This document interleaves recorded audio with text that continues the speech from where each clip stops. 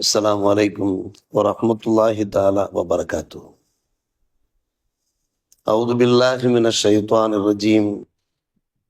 يحلفون بالله لكم ليرضوكم والله ورسوله أحق أن يرضوه إن كانوا مؤمنين. آمنا بالله صدق الله مولانا العلي العظيم. இந்த நயவஞ்சகர்கள் அல்லாஹ்வுடைய பெயரால் உங்களை திருப்திப்படுத்துவதற்காக உங்களிடத்தில் சத்தியம் செய்கிறார். அல்லாஹுடைய திருத்தூதரும் தான் திருப்திப்படுத்துவதற்கு தகுதியானவர்களாக இருக்கிறார்கள். அவர்கள் உண்மை மூமின்களாக இருந்தார் என்று அல்லாஹ் ரப்புல் ஆலமீன் வசனத்தின் வாயிலாக நமக்கு எடுத்துரைக்கிறான். நயவஞ்சர்கள் பல்வேறுபட்ட சூழ்ச்சிகளில் ஈடுபட்டு கொண்டிருந்தார்கள்.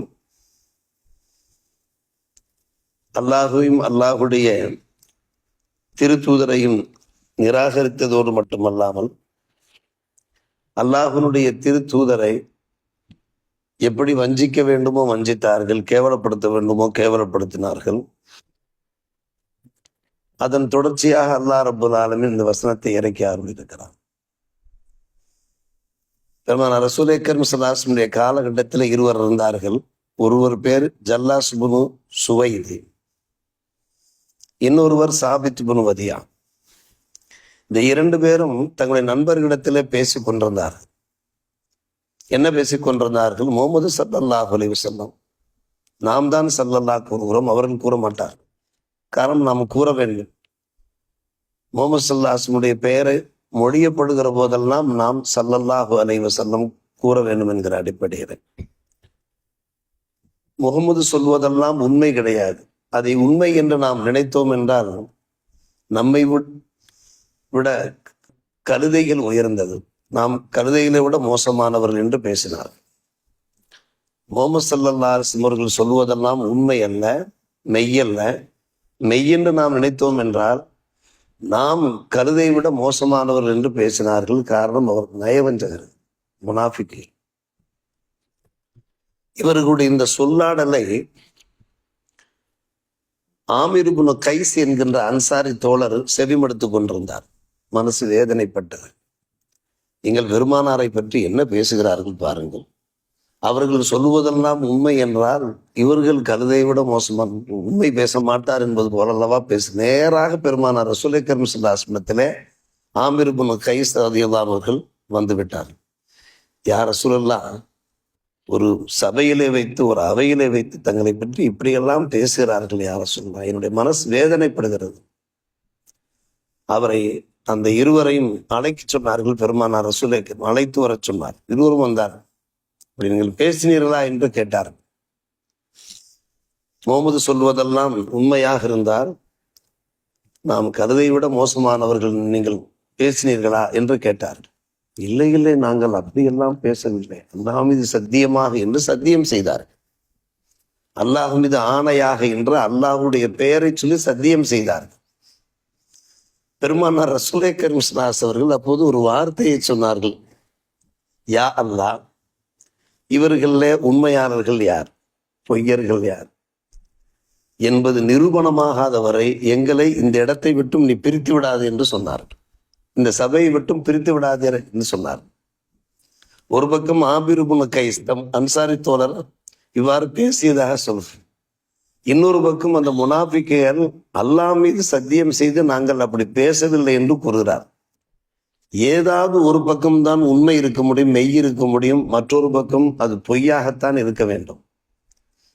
இவர்கள் சொல்லுவது உண்மையானால் ஆமீர் இப்னு கைஸ் சொல்வது பொய்யாகிவிடும். யா அல்லாஹ், இவர்கள பொய்யர்கள் யார், இவர்கள உண்மையாளர்கள் யார் என்பது நிரூபணமாகாத வரை இந்த இடத்தை விட்டும் எங்களை நீ பிரித்து விடாதே என்று பெருமானார் ரசூலே கரீம் ஸல்லல்லாஹு அலைஹி வஸல்லம் அவர்கள் அல்லாஹ்வை வேண்டினார். அடுத்த நிமிஷம் இந்த வசனம் இறங்கியது. அடுத்த நிமிஷமே இந்த வசனம் இறங்கியது. பெருமானாருடைய அந்த சொல்லுக்கு, அவர்களுடைய அந்த பேச்சுக்கு, அவர்களுடைய அந்த நம்பிக்கைக்கு இதைவிட ஒரு உதாரணம் என்ன இருக்க முடியும்? இது போன்ற நூற்றுக்கணக்கான வசனங்கள் அந்தந்த சந்தர்ப்பங்கள் சூழ்நிலைக்கு ஏற்ப உடனடியாக அல்லாஹ் இறக்கி வைத்தார். என்ன சொன்னான் அல்லாஹ்? எஹ்லிஃபூன பில்லாஹி லக்கும், உங்களிடத்தில் அவர்கள் அல்லாஹ் மீது சத்தியம் பண்ணி சொல்கிறார்கள், யுருதூக்கும், உங்களை சந்தோஷப்படுத்துவ, உங்களை திருப்திப்படுத்த. ஆனால் இது தேவையில்லாத ஒரு விஷயம். உண்மையிலே வல்லாஹு வ ரசூலுஹு அஹக்கு அன் யுருதூஹு, அவர்கள் தங்களை மாற்றிக்கொள்ள வேண்டும். அல்லாஹுவையும் அல்லாஹ்வுடைய திருத்தூதரையும் தான் திருப்திப்படுத்த வேண்டும். உண்மையிலே திருப்திப்படுத்த வேண்டும். இன்கானு மூமினின், உண்மையான மூமின்களாக இருந்தார். ஆனால் அவர்கள் அப்படி செய்யவில்லை. மக்களை திருப்திப்படுத்த பேசுகிறார்கள். அல்லாஹ் ரசூலை திருப்திப்படுத்த வேண்டும் என்று அல்லாஹ் ரப்புல் ஆலமீன் யார் பொய்யர்கள் யார் உண்மை உரைத்தவர்கள் என்பதை பிரித்து காண்பித்து விட்டான். ஆமீர் இப்னு கை சொல்வதுதான் உண்மை. அந்த இரண்டு நயவஞ்சர்களும் சொல்வது பொய். அவர்கள் அல்லாஹ் மீது பொய் சத்தியம் செய்திருக்கிறார்கள் என்கிற விஷயத்தை அல்லாஹ் துலாம்பரமாக தெல்ல தெளிவாக எடுத்துரைத்து விட்டான். நாம் சிந்திக்க வேண்டிய பல விஷயங்கள் இருக்கிறது. நம்முடைய வாழ்க்கையிலையும் நாம் திருப்திப்படுத்த வேண்டியவர்கள் அல்லாஹ் ரசூலைத்தான். மக்களை திருப்திப்படுத்த, ஆசிரியர்களை திருப்திப்படுத்த, மற்ற நண்பர்களை திருப்திப்படுத்த, நமக்கு மேல் உள்ளவர்களை திருப்திப்படுத்த நாம் எந்த ஒரு காரியம் செய்யவே கூடாது. மாறாக எனக்கு தேவை என்னுடைய அல்லாஹுடைய திருப்பொருத்தம் தான்.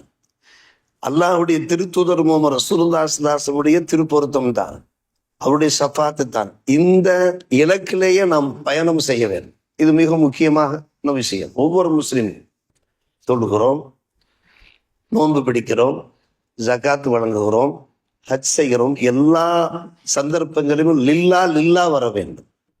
ஜனாசா தொழுகை நாம் நடத்துகிறோம். உசல்லி லில்லா, அல்லாஹுக்காக நான் தொழுகிறேன், அல்லாஹுக்காக நான் சலாத்துல் ஜனாசா தொழுகையில ஈடுபடுகிறேன், அல்லாஹுக்காக நான் நோன்பு நோக்கிறேன். ஒரு பள்ளிவாசலை கட்டுகிறார்கள்.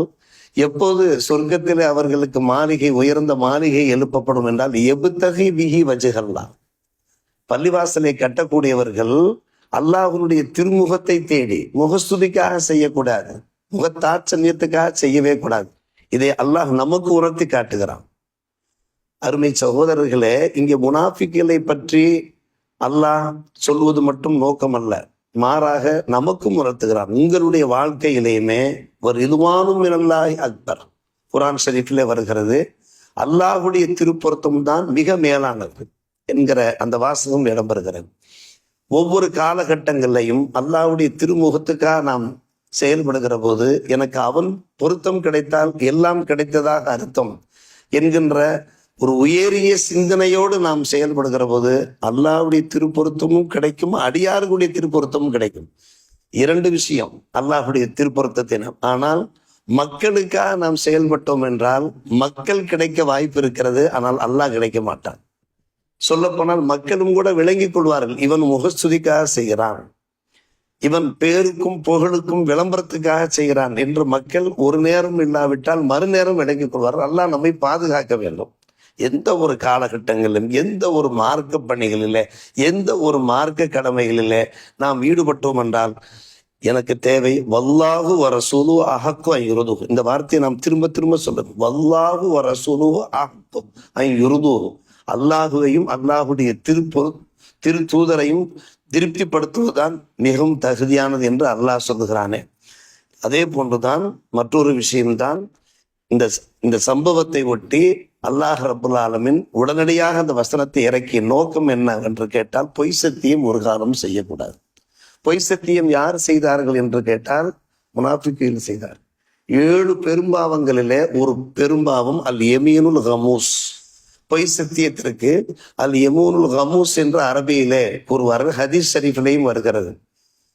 அந்த பொய் சத்தியத்தை நீங்கள் தவிர்ந்து கொள்ளுங்கள், அது பெரும்பாவங்களிலே ஒரு பாவம். எந்த ஒரு காலகட்டத்திலையும் சில சமயங்கள்ல அவசர கதியில நம்முடைய முஸ்லிம் மக்களுக்கு மத்தியில வாக்குவாதங்கள் நடைபெற்று கொண்டிருக்கிற போது, சர்ச்சைகள் நடைபெற்று கொண்டிருக்கிற போது சர்வசாதாரணம் அல்லாமை சத்தியமாக நான் சொல்லுகிறேன் என்று சொல்லிவிடுகிறார்கள். அது மிகப்பெரிய பாவம். எந்த ஒரு காலகட்டத்திலையும் அல்லாஹ்வுடைய பெயரை நாம் துஷ்பிரயோகம் பண்ணிவிடவே கூடாது. அப்படி துஷ்பிரயோகம் பண்ணுகிற போது அது அல்லாஹ் நம்மை காப்பாற்ற வேண்டும். ஏதாவது ஒரு வகையிலே அந்த பொய் சத்தியம் நம்மை தாக்கி விடலாம்.